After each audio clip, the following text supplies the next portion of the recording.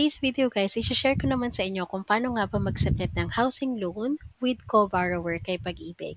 Disclaimer lang guys, before natin simulan tong usapan na to, hindi po ako connected sa kahit sinong empleyado ni Pag-ibig and wala pong agent si Pag-ibig na nagbebenta ng bahay. Okay? So, makakabili lang tayo ng foreclosed property through their website. Yan. May kwento ko lang guys, kasi alam nyo, nag-start akong gumawa ng video na to dahil sa experience ko sa isang acquired property or acquired assets. So, for personal reason, yung bahay na kinuha namin sa Pag-ibig, hindi ko na masyadong i-detalye kung bakit siya na-foreclose kasi medyo private. So, na-foreclose siya, although hindi kami pumapalya sa pagpunta, pag-update kay Pag-ibig, but due to pandemic, nag-stop 'di ba? Nag-lockdown and all, hindi kami nakapunta. Tapos parang one day, bigla na lang may kumatok na private collector sa bahay namin. And pinakita sa amin na yung bahay namin is nakapost na siya for bidding. Public sealed auction 'yon, first bidding ni Pag-ibig. It was so devastating kasi nung time na yun, so pandemic, ang daming namatay and all that, ang daming ganap sa buhay ko noon. So nabigla kami kasi pinangakuan kami ni Pag-ibig na and based dun sa circular nila, once na ang isang property ay na foreclosed, bago siya ilagay sa public auction or public bidding, ang unang-unang may karapatan diyan ay hindi na yung first owner kung hindi yung occupant mismo ng property. So kung ikaw ba ay a first owner o kamag-anak ka nung first borrower or ikaw ay pinatira, basta ikaw ay occupant, kahit nangungupahan ka, ikaw yung may pinakaunang karapatan na makuha yung property na yan. And dapat si Pag-ibig, padadalhan ka nila ng invitation to purchase. Ang magde-deliver mismo nun ay yung Pag-ibig na agent, hindi agent, Pag-ibig employee. So, papapirmahin ka, ganyan, ibibigay sa iyo yung invitation to purchase form, which is, in our case, hindi siya nabigay. So, sobrang nataranta kami, tapos inofferan kami ng private collector na um, sila na yung magbibid on our behalf. Basta magda-down lang kami ng 200K and then 10K reservation. So nakakagulat kasi nagtaka talaga ako kasi alam ko na walang agent si Pag-ibig and bakit siya nag-o-offer na magbid? Sure win daw yun, ganyan-ganyan. So kung hindi mo talaga alam guys yung process, wala kang research, ganyan, hindi mo alam, talagang mabubudol ka. So, ayun nga, may nakapag-advise sa akin, isang relative na pumunta ako sa Pag-ibig, tapos i-inquire ko, ganyan. Kasi, muntikan na naming makagat yun eh, sa private collector. Kasi napangakuan kami na sure win, ganyan-ganyan. So, ang nangyari, pagpunta ko dun sa Pag-ibig, nakita nila yung name ko. Tapos pinakita ko lang yung documents, yung proof na dun ako nakatira, ganito yung document sa ganito, ganyan, lahat ng proof. Tapos, yun nga, ang nangyari is na-stop yung bidding, na-stop, na-remove yung name ng property namin sa list ng public auction. So, yun guys, imagine mo kung walang nakapag-advise sa akin, kung, kung talagang, go with the flow lang ako, kinagat ko agad yung offer ng private collector. Sobrang bigat siguro in terms of, financially. Kasi magda-down ka ng 200K, syempre magbibid siya. Mataas sa minimum bidding price yung magiging monthly amortization mo. Wherein, nung nakuha ko siya through direct selling, sobrang baba. Kung magkano lang yung minimum bid na nakikita nyo dun sa mga listing ng public auctions, yun lang. Yun lang yung price na in-offer sa akin ni Pag-ibig. So, napakalaking tulong talaga. Kung hindi mo alam, mag-research ka muna bago ka magdesisyon. And in terms of research naman guys, naging silent reader ako ng madaming FB page regarding sa foreclosed properties ni Pag-ibig. And napansin ko doon na walang masyadong nagta-topic regarding sa ITP or invitation to purchase. Halos lahat ay mga seller. Yan. Benefit ng seller, anong mga process, ganito, ganyan, ganyan. I have nothing against you. sa mga sellers. Pero napansin ko lang siyempre ano, kailangan din nating i-accept yung reality na because of the pandemic, maraming nawalan ng trabaho, maraming huminto yung buhay. Kumbaga, mapasiman ka man, mapaempleyado ka man ng bangko, regular na employee ka, call center agent ka, lahat nagbago talaga, nag 360 yung buhay and madami sa atin yung mga hindi nakabayad ng monthly amortization nila and na-foreclose yung mga property nila sa Pag-ibig.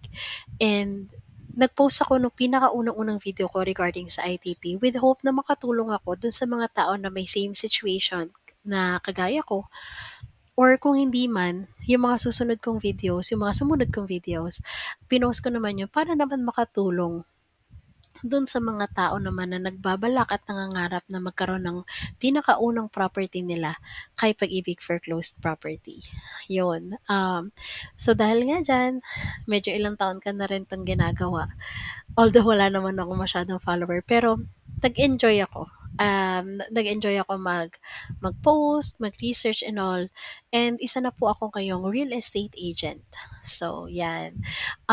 Disclaimer lang din, ang opinion ko ay hindi naglalarawan o nagre-representa sa aking kumpanya. So, wala silang kinalaman dito. This video is purely based on my experience. Kasi, bukod dun sa uh, current na bahay ni Pag-ibig, nag-try din po akong mag-bid. Hindi lang sa first public auction, second public auction, pati rin sa negotiated sale. So, napakadami ko ng experience regarding sa acquired assets ni Pag-ibig. So, without further ado, let's start the video or the discussion. Ang question of the day is, excuse me, paano nga ba kung gusto kong bumili ng isang foreclosed property pero hindi pasok ang sweldo ko or monthly gross income ko na required ni Pag-ibig? Pwede pa rin ba ako mag-bid? Aba, syempre, ang sagot diyan mga kasyabi, puwedeng-puwede kasi tumatanggap si Pag-ibig hindi lang ng isang co-borrower but up to two co-borrowers na maaari kang tulungan para makaisa-katuparan ang pangarap mong bahay. So, yung pangalawang co-borrower, si Pag-ibig na guys ang magde-decide whether you need to have another borrower or enough na yung first borrower na makakastuwang mo sa pag-apply ng housing loan. So, ganito guys yung ginawa ko.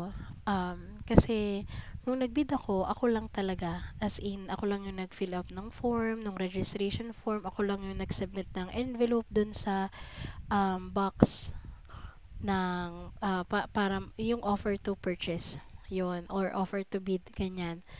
Tapos, nung nanalo ako sa bidding, ayun nga, syempre alam ko naman na hindi ako qualified kasi nga hindi pasok yung aking monthly gross income or annual salary para bilhin yung property na yon. So, nagdala na ako agad ng two valid IDs ng co-borrower.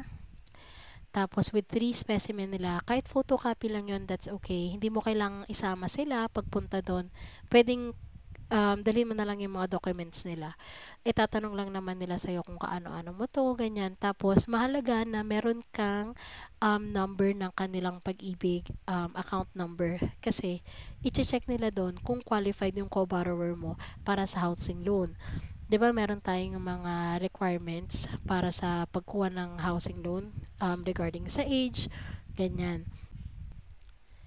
And then guys, so yun nangyari pagka-approve, pagka-check nun, nakitaan naman yung co-borrower ka na kulang siya ng monthly contribution. Kasi kasama siya sa list ng requirements na at least 24 months kang merong monthly contribution kay Pag-ibig. So yun, gagawa ko ng another video for that guys kung paano nga ba, anong gagawin natin para makapag-avail tayo ng housing loan na meron tayong less than 24 months contribution. Excuse me. So, yun. So, ang ginawa ko lang, binigay lang sa akin pagkatapos nung reservation, binigyan lang ako ng list. And yung list is basically the same as the requirements for you. So, yung 2 by 2 picture. Yung sa form naman, papakita ko lang guys ha. Co-borrowers information sheet. Yun lang yung ipapa-fill upan mo sa kanila.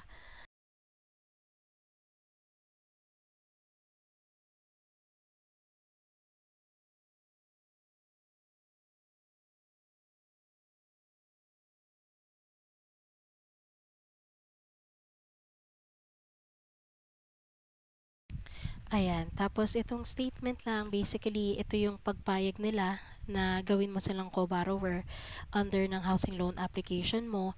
Tapos, fill upan din nila itong authorization to conduct credit or background investigation.